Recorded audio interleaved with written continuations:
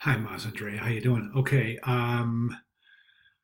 Yes. Okay. I was reading through this. Yeah, we'll address all this stuff definitely. I'm not seeing a color shift right now. In the in these ads. That's definitely amethyst gray purple. So whatever happened in that first submission, and we see it up here too, but it was weird because let me download this guy real quick. I think that's the one that had the blue. Boy, I'm not seeing it here. I don't remember exactly where that was. So, uh,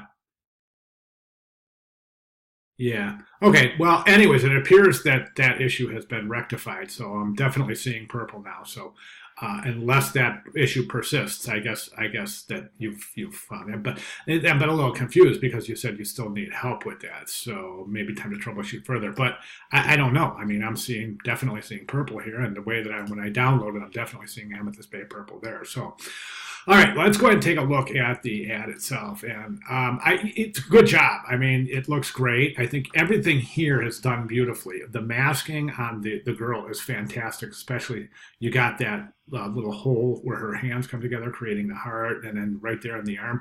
Those are all considered uh, potential problematic areas in masking because, of course, you're masking, you're adding to a mask by adding that interior portion where her hands create that kind of hole that the background needs to be seen through. So fantastic job there. Logos plays beautifully. Background image is adjusted beautifully. I think it's gorgeous. Really good job preserving detail in both the shadow and highlights areas. So fantastic job there. So I mean, you're showing proficiency, definitely. Um, my only comment is this: is I'm okay with the background image because I'm looking for technical execution. Okay, as far as concept goes, there's going to come a point in time, and you may even consider doing it now, where you may want to change that background. And the only reason I say that is right now it is clearly um, a contradiction to itself because this is a mountainous area. We see snow here.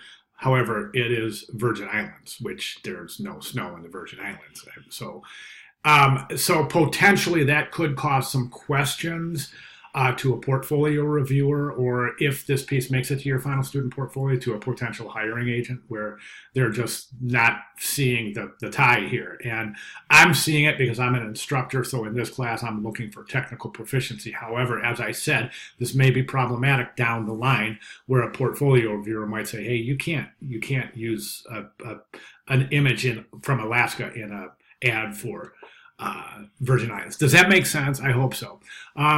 So, anyways, if you want to change that out to a background image, you want to change that background image out to something that is more indicative of a Caribbean scene, then please have at it. Okay. I don't ever recommend stroking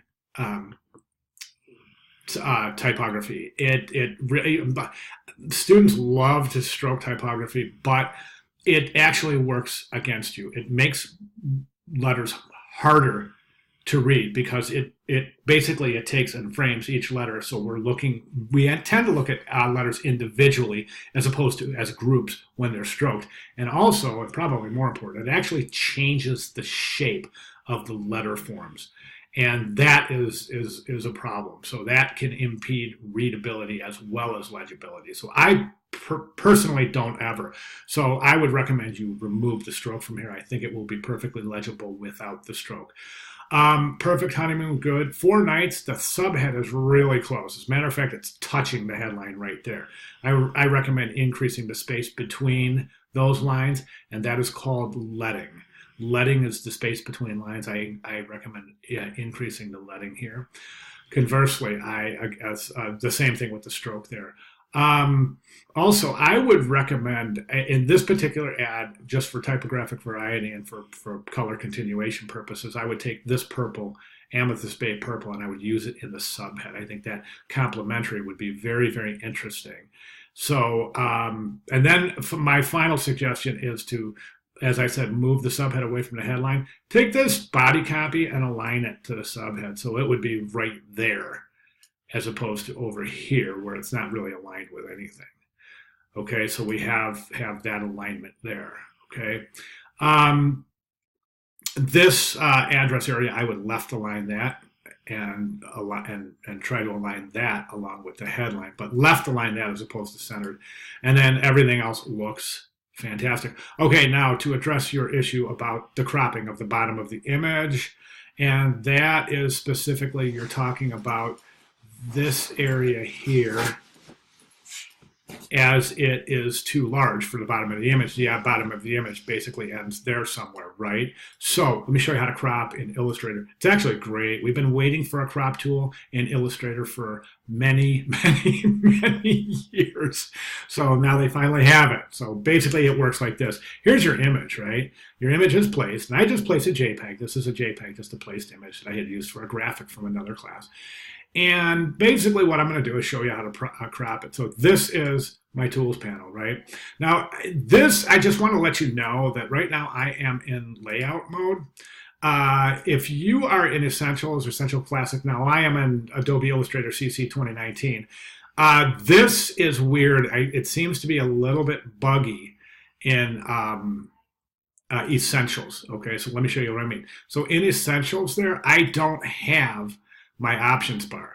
But if I go to Essentials Classic, there it is. Okay, so do you see how that's, so you definitely want to make sure that options bar is there. And it's there in other workspaces as well.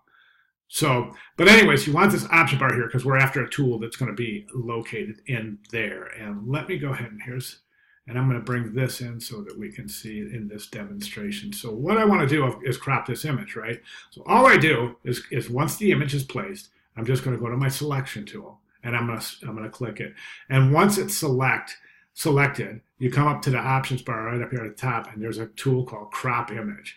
Okay, so you just click that, and it's going to ask you if if it's going to embed the file, if it's not embedded, if it's linked, it's going to ask you to embed it. And the reason you want to embed it is so that it doesn't affect the linked file, which may also be used in other pieces. So if you want to crop this piece, you don't want to crop the original file that is in other pieces, like if it's in an InDesign document or something. So you just want to crop this, right? So let it embed. Say, okay, all right, there we go. Then this is a cropping bounding box, okay? So let's say this is the part you want gone. All right, you just take that bounding box and crop it right out.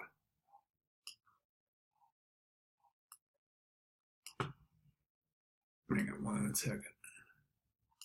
And to accept that crop, just hit your Enter key, and there it is. So that's all you would do here to get rid of the bottom of that that area that extends beyond the bleed line, the bleed guide. Also, there's something kind of strange in the file. I'm not sure what this is and what these white areas are. To me, it looks like the image hasn't been pulled to bleed.